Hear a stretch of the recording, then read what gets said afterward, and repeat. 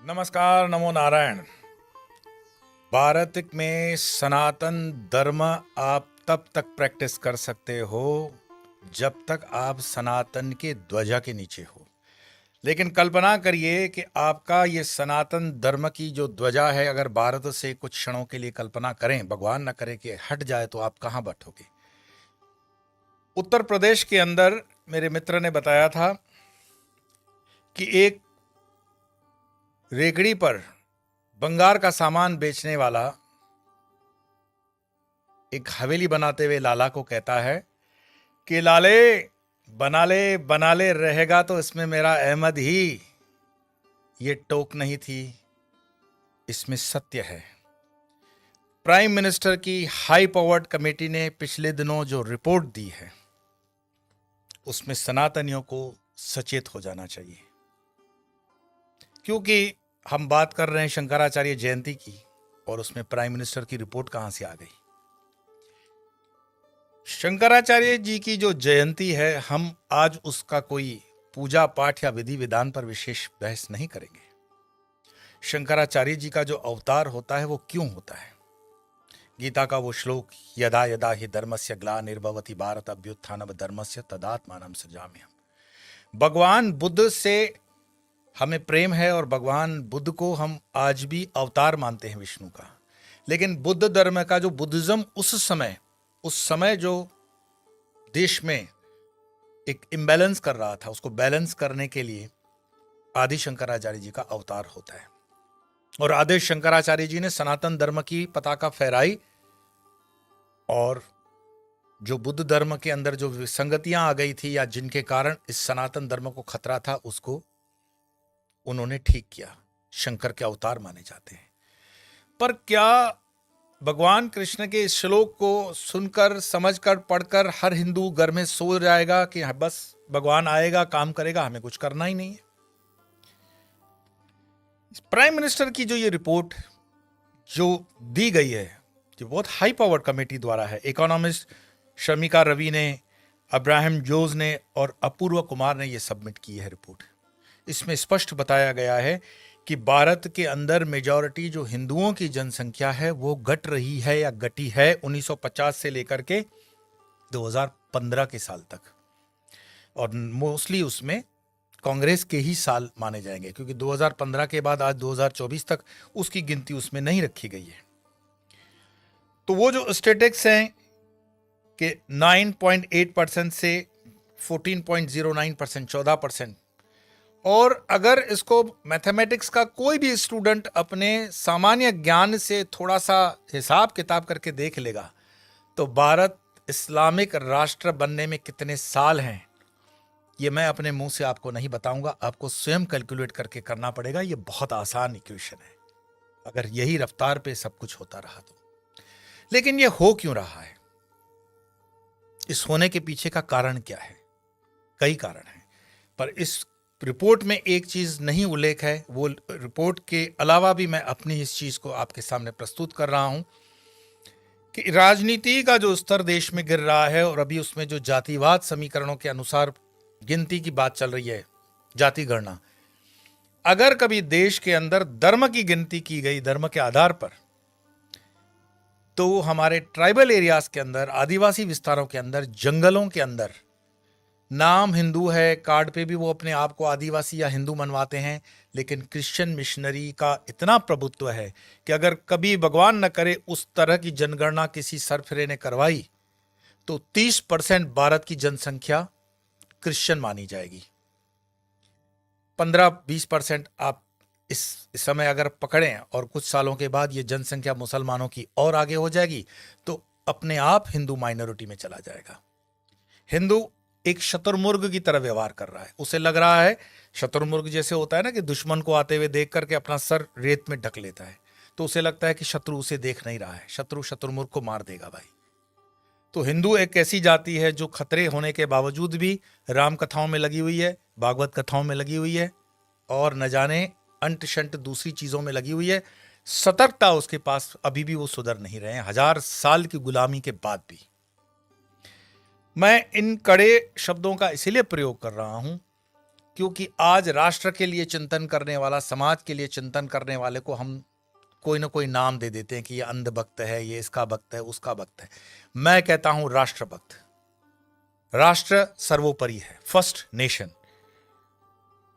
और first nation इस्लाम की दृष्टि से भारत के अंदर जितने भी मुसलमान हैं, मैं मानता हूं वो सनातनी मुसलमान हैं, वो मेरे अपने हैं। लेकिन विश्व के अंदर जो अरब डोमिनेटेड इस्लाम है, उसमें कभी भी देश की बात नहीं होती है। इस्लाम एक अंतरराष्ट्रीय, विश्व का एक धर्म है और सारा राष्ट्र एक करके वो मानते हैं। मैं आपको अपने अनुभव से बताऊं, उन दिनों मैं दुबई में था जिन दिनों गल्फ में वॉर चल रही थी, कुवैत और इराक की।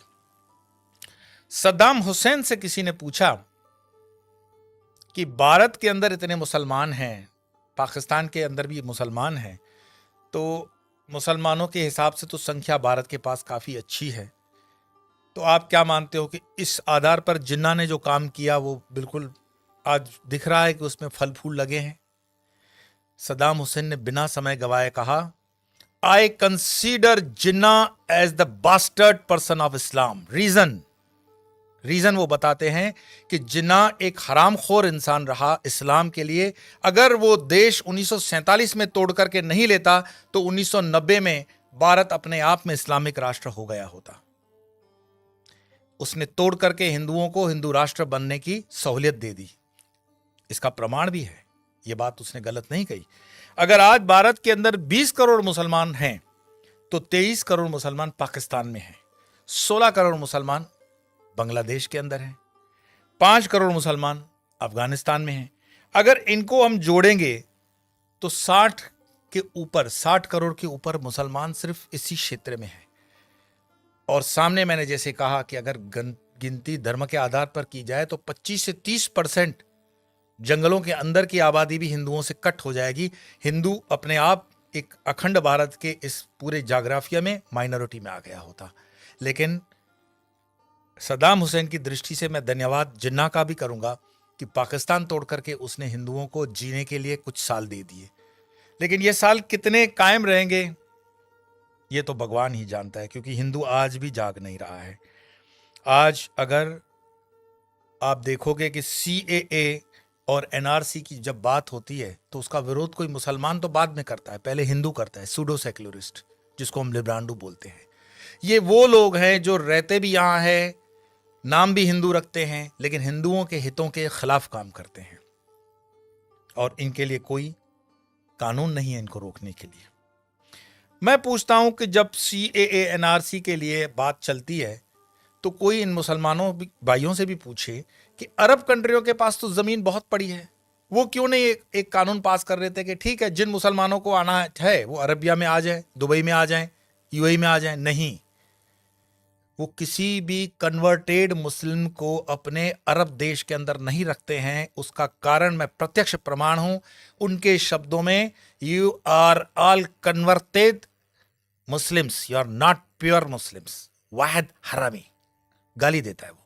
अरब कभी भी हिंदुस्तान, पाकिस्तान, बांग्लादेश या श्रीलंका के मुसलमान को अपने समकक्ष मानता ही नहीं है, और ये चीज यहां का मुसलमान भी जानता है। दुनिया में अगर कहीं कोई सुखी से सुखी मुस्लिम है तो वो हिंदुस्तान के अंदर है। हिंदुस्तान में हिंदुओं के बच्चों का रोना यही होता है कि हम बेरोजगार हैं, हमारे पास नौकरियां नहीं है। कौन सी नौकरियां नहीं है? सरकारी नौकरियों की बात। बाकी प्राइवेट सेक्टर के अंदर तो छोटे से छोटा काम मुस्लिम समुदाय का व्यक्ति करता है। हम कहते हैं कि उनके घर में 5-5, 10-10 सदस्य होते हैं। बिल्कुल होते हैं। आप एक जनरल हिसाब लगा लो कि हर व्यक्ति 20,000, 15,000 के हिसाब से कमा के घर में लाता है, 5 सदस्य कमाते हैं, तो उनकी इनकम क्या है? और यहां हिंदू का लड़का बैठा हुआ है कि AC वाली ऑफिस में होगी, IAS IPS बनूंगा, मुझे यहां की मैनेजर की नौकरी मिलेगी। विप्रो, टाटा जैसी बड़ी बड़ी कंपनियों के अंदर आज भी वैकेंसी हैं। वो कहते हैं कि हमें जरूरत है लेकिन हमारे पास स्किल वाला युवान नहीं है। तो ये स्किल वाला युवान क्यों नहीं पैदा हो रहा है? क्योंकि हम मेहनत नहीं करते। हिंदुओं का जो युवान है वो मेहनत नहीं करता, गलत धारणाओं में जीता है, गलत ख्वाबों में जीता है, उसके माँ बाप उसको पैम्पर करते हैं। लेकिन मुस्लिम्स के साथ ऐसा नहीं है। हम भले उनको बोल दें ये पंक्चर पुत्र हैं, अरे भाई, पंक्चर पुत्र मेहनत करके पैसे कमा रहा है और 5 सदस्य उसके घर के पैसे ला रहे हैं। और मैं आपको बता दूं कि भारत के मुसलमान का थोड़ा बहुत जो माइंड चेंज हुआ वो सिर्फ और सिर्फ पेट्रो डॉलर के आने के बाद हुआ। वरना अगर पेट्रो डॉलर के इस एपिसोड को माइनस कर दें, और जो कि थोड़े दिनों की बात है, सऊदी अरेबिया में स्कूलों में इस्लाम से रिलेटेड, कुरान से रिलेटेड जो कंट्रोवर्शियल सब्जेक्ट्स हैं उनको हटाया जा रहा है। मतलब इस्लाम में सुधारा हो रहा है अरेबिया के अंदर, और हम यहां पर बैकवर्ड हो रहे हैं। प्राइम मिनिस्टर की जो ये रिपोर्ट है, ये रिपोर्ट सिर्फ हिंदुस्तान तक महदूद नहीं है। नेपाल के अंदर भी हिंदू माइनॉरिटी में आ रहा है। वहां म्यांमार में उनकी जो बर्मीज हैं, बुद्धिस्ट जो माने जाएंगे, वो भी माइनॉरिटी में आ रहे हैं। लेकिन हर जगह मुस्लिम बढ़ रहा है। उसका रीजन क्या है? मैं आपको रीजन कहूंगा, इस पर विचार करना कमेंट करने से पहले। खान-पान पे, मुस्लिम के खान-पान और हिंदुओं के खान-पान में क्या अंतर है आप खुद समझ लो। वीर्य को पुष्ट करने के लिए जिन पदार्थों की आवश्यकता होती है, क्या हिंदू अपने खान-पान में वो चीजें ले रहा है? क्या वो कौन सी चीजें, आप स्वयं अपने विवेक से पूछो। हम अभी इन चीजों से ऊपर नहीं उठ पा रहे हैं कि हमें प्याज लेना है कि लहसुन लेना है कि क्या करना है। अरे भैया, वैज्ञानिक पद्धतियां आ गई है, आपकी फर्टिलिटी रेट गिर रही है। फर्टिलिटी रेट ऊंचा करने के लिए जो खान-पान चाहिए, उस खान-पान पे चलोगे तो आपकी पॉपुलेशन ठीक हो जाएगी। और इसमें हमारे हम्टी डम्टी जो साधु हैं, वो व्यासपीठ पे आकर के बहुत ज्ञान देते हैं। और ये ज्ञान कौन सा होता है उनका, कि ना तो वो जंगलों में काम कर रहे हैं, ना आदिवासियों में काम कर रहे हैं। उनको तो बना बनाया मंदिर चाहिए, उसमें एसी चाहिए, ठाकुर जी का 5 बार का भोग चाहिए, और जीवन में जीने का भी भोग चाहिए। उनके चैम्बर्स में एसी हों, कारें हों, सेवक हों। लेकिन वही पेस्टर जो क्रिश्चियन मिशनरी का है, और ये प्रत्यक्ष प्रमाण से मैं कहता हूं, मैं कपराड़ा, धर्मपुर, डांग के क्षेत्रों में रहता हूं, देखता हूं कि केरला से एक पेस्टर आता है, 2,500-3 हजार रुपए के, 4 हजार के मानद दंड पर काम करता है। उसके बाद उसकी मिशनरी उसका ध्यान रखते हुए कैसे आगे बढ़ती है। लेकिन यहां जंगलों के अंदर साधु संत काम करने को तैयार नहीं है, क्योंकि जब वक्त ने उनको उतनी सुविधाएं दी हुई है तो वो क्यों काम करेंगे अंदर जाकर के? वो कोई हमारे नौकर तो है नहीं। ये दोष है संसारियों का, गृहस्थियों का, कि जहां पर हजारों करोड़ों की संपत्तियां हैं, वहां पर आप दान देकर के उनको और खराब कर रहे हो। दान वहां दीजिए जहां पर हमारे बंधुओं की जरूरत है। जंगलों के भीतर ऐसे चीज जो हमारे समाज में छूत छात है, वहां पर जाइए जहां पर मंदिरों में नीची जाति के लोगों को आने नहीं दिया जाता है। हम कहां ये अपने आप को छाती चौड़ी करके बताते हैं? अगर हमारे समाज के किसी लड़के को घोड़े पर बैठने का शादी में अधिकार नहीं है, तो ये डूब मरने की बात हमारे लिए है कि वो हमारे ही धर्म का लड़का है। और फिर कभी उसके कंधे पर कोई क्रिश्चियन हाथ रखकर या मुस्लिम हाथ रखकर उसको कन्वर्ट करता है, तो फिर हमें चीखना चिल्लाना नहीं चाहिए। हो सकता है कि पाकिस्तान से ये बात आती हो कि भारत को जो है कन्वर्ट कर लेंगे गजवाए हिंद, पर गजवाए हिंद करने की जरूरत ही नहीं पड़ेगी। कुछ सालों के अंदर वैसे ही उनकी पॉपुलेशन बढ़ जाएगी। आज इंग्लैंड और लंदन की स्थितियां देखते हो, शरीयत का कानून लंदन में लग रहा है। ऑस्ट्रेलिया में स्थितियां खराब हो गई है, जर्मनी में खराब हो गई। ये बहुत अच्छी स्ट्रेटेजी है इस्लाम की कि वो अपने एक्सेस पॉपुलेशन को दूसरे देशों में डेमोक्रेसी की आड़ में भेज देता है, बाद में वहां पे शरीयत का कानून लगवा देता है। लेकिन अरब कंट्री के अंदर कोई भी रेफ्यूजी नहीं रखा जाता है।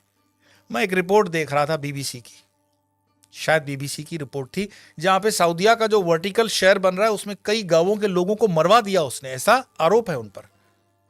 तो वहां तो मस्जिदें हटाने में भी वो सोचते नहीं है, और यहां पर हिंदू भीख मांग रहा है कि जरा मुझे कृष्ण का मंदिर दे देना, जरा मुझे ये मंदिर दे देना। हमारे साधु संतों ने जो समाज के लिए काम किया, समाज उनके साथ भी नहीं खड़ा है।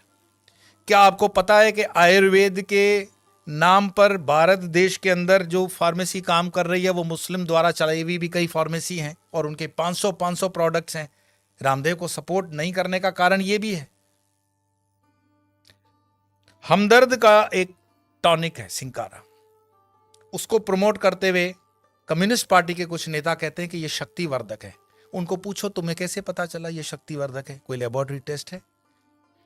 एलोपैथी के कंपैरिजन में जो रामदेव बाबा को कहा गया था, कोरोना के कंपैरिजन में वो चीजें सब पर लागू होनी चाहिए। क्या आपको पता है सोनू निगम जैसा कलाकार जो पिछले कई सालों से फिल्म इंडस्ट्री के अंदर बेहतरीन आवाज दे रहा है, उसने जब खुले से कहा कि इस अजान के कारण मुझे तकलीफ होती है, इंडस्ट्री में उसको काम मिलना कम हो गया, क्योंकि बॉलीवुड की इंडस्ट्री आज भी इस्लामिक फंडामेंटलिस्टों द्वारा डोमिनेट है।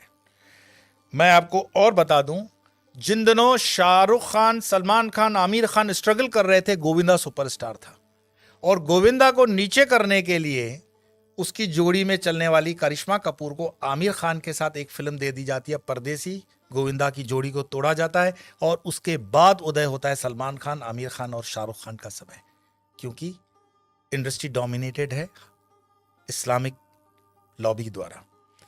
ऐसे कई मैं आपको उदाहरण दे सकता हूं, लेकिन मुख्य बात क्या है? क्या हमारे हिंदुस्तान में सारे मुसलमान खराब हैं? यह कहने का अर्थ नहीं है। हमारे हिंदुस्तान के अंदर आजम जी, प्रेम जी जैसे भी इंडस्ट्रियलिस्ट हैं विप्रो के, उन पर आरोप भले लगे कि वो मुसलमानों के हितों की ज्यादा सोचते हैं, हिंदुओं की नहीं, पर मैं इस पे नहीं जाऊंगा। परंतु यहां मुसलमान न सिर्फ बढ़ रहे हैं, सुख संपन्नता के साथ बढ़ रहे हैं, ऐसा उस रिपोर्ट में कहा गया है। तो दुखी कौन हो रहा है? दुखी हो रहा है हिंदू। हिंदू क्यों दुखी हो रहा है? क्योंकि वो कर्महीन होकर के जीना चाहता है और बेवजह की फालतू चीजों में वो अटका हुआ है। अपनी ना तो वो स्किल को डेवलप कर पा रहा है और अपने हर छोटे छोटे उद्योग को छोड़ता जा रहा है। आज जब हम अपने आश्रम का भी काम करवाते हैं तो लेबर ढूंढने में हमें तकलीफ पड़ जाती है। देश के अंदर कोई बेरोजगारी प्राइवेट सेक्टर में नहीं है, लेकिन कोई रबिश होते हैं जर्नलिस्ट जो अपना खीसा गर्म करने के लिए, जनता को गुमराह करने के लिए अलग अलग रिपोर्ट्स देते हैं। देश के अंदर आज भी उतना ही रोजगार है, अगर युवान ठान ले तो बहुत कुछ कर सकता है, लेकिन जो आप जगह खाली करते हो वो दूसरा आता है। गुजरात के हाईवेज पे एक पूरी होटल्स की चेन है। वो चेन चलाते हैं चेलियास कम्युनिटी के लोग। चेलियास मुस्लिम कम्युनिटी है और उनकी इतनी यूनियन होती है कि उसमें दूसरा कोई होटल नहीं खोल सकता हिंदू। मैं पूरे गुजरात हाईवे की बात कर रहा हूं, नेशनल हाईवे नंबर 8। साल में सिर्फ 2-3 दिन ये होटलें बंद होती हैं। आपकी ताकत नहीं है कि इस इलाके में कुछ काम कर सको। और उनके होटलों के नाम जो रखे जाते हैं इतने मिसगाइडिंग होते हैं कि आपको पता भी ना पड़े कि ये हिंदू की है कि मुस्लिम की है। होटल का नाम होता है भारत, नव Gujarat, Tulsi, Kabir, Jai Hind, Sarvodaya, dine in, dine out. किसको पता पड़ रहा है ये इस्लामिक माइंडसेट की होटल है? लेकिन सारे ट्रक ड्राइवर जानते हैं ये अपने वाले की है। लेकिन हिंदू को इतना बुद्धि नहीं होता कि ये किस होटल में जा रहा है, क्या खा रहा है, क्योंकि जीवन भर हमने हलाल खाने के लिए ही ठेका ले रखा है। हिंदू को इतना स्वाभिमान नहीं है कि वो कह दे कि जो मैं खान पान खाता हूं तो मेरे प्रोडक्ट पर तुम लोग सात्विक, राजसिक या तामसिक का लेबल लगाओ। भाई सात्विक है तो उसको ऑरेंज कर दो, राजसिक है तो उसको लाल कर दो, तामसिक है तो उसको काला कर दो, वेजिटेरियन का ग्रीन तो है ही। हर चीज पे हलाल लगा हुआ है और हलाल का तुम्हें मलाल भी नहीं है। तो कितने में तुम प्याज लहसुन को मत खाओ, लेकिन ये हलाल खाते हुए तुम्हारे बच्चे जो हैं क्या बन रहे हैं? ये जिहाद करने की जरूरत पड़ेगी नहीं उनको। ये साधु संतों को भी सोचना पड़ेगा कि तुम शेर को भी घास खिलाओगे, गाय को भी घास खिलाओगे, क्षत्रियों को भी घास खिलाओगे और ब्राह्मणों को भी घास खिलाओगे। हमने खान पान को बदल करके पूरे डीएनए सिस्टम को बदलने का पाप किया है, और जब इस पाप की हम ठीक से बैलेंस नहीं करते हैं तब तक इस पॉपुलेशन को ठीक करना बड़ा मुश्किल होगा। एक इंसान, ये वीडियो समाप्त करने से पहले मैं बता रहा हूं, एक इंसान जिसने अलीगढ़ मुस्लिम यूनिवर्सिटी का स्थापना किया था, सर सैयद, उसने सिर्फ ख्वाब देखा था पाकिस्तान बनाने का, कि एक ऐसा देश बन सकता है। एक टाइपराइटर और एक इंसान जिन्ना जिसने देश बनाकर दिखा दिया, और यह चीज इतिहास के अंदर दर्ज है। क्या पता ओवैसी जो कह रहा हो उसको हम सीरियसली नहीं ले रहे हैं। अगर शाहबानू केस कोर्ट का इधर उधर हो सकता है तो राम मंदिर का केस भी राहुल गांधी तो बोले थे कि हम कर देंगे, ऐसा उन पर आरोप है, प्रमोद जी ने लगाया था। हिंदुओं को जागना पड़ेगा। कोई शंकराचार्य फिर से आए ना आए इसकी कोई गारंटी नहीं है। शंकराचार्य जी की जयंती जन मनाने से सिर्फ इतना ही मैसेज मिलता है, उत्तिष्ठ जागृत प्राप्य वरानी बत। उठो, जागो, अपनी जवाबदारी लो। कब तक दूसरों के कंधों पे रहोगे कि ये तुम्हारी जवाबदारी लेगा? और धर्म का काम चेतना जगाना है। बाकी ये मेरा वीडियो मरे हुए लोगों के लिए तो है नहीं, चैतन्य लोगों के लिए। और चैतन्य जो सुन रहे हैं उनको लगता है कि आगे 2-4 चैतन्य है तो फॉरवर्ड कर देना, और मरे हुए लोगों को वीडियो देखने के लिए मैं कोई आग्रह करता ही नहीं हूं। आपके भीतर आपका सनातन जागे, भारत जागे, हिंदुत्व जागे। इसी प्रार्थना के साथ आज इतना ही। कल फिर मिलेंगे अन्य विषय को लेकर। तब तक के लिए नमो नारायण।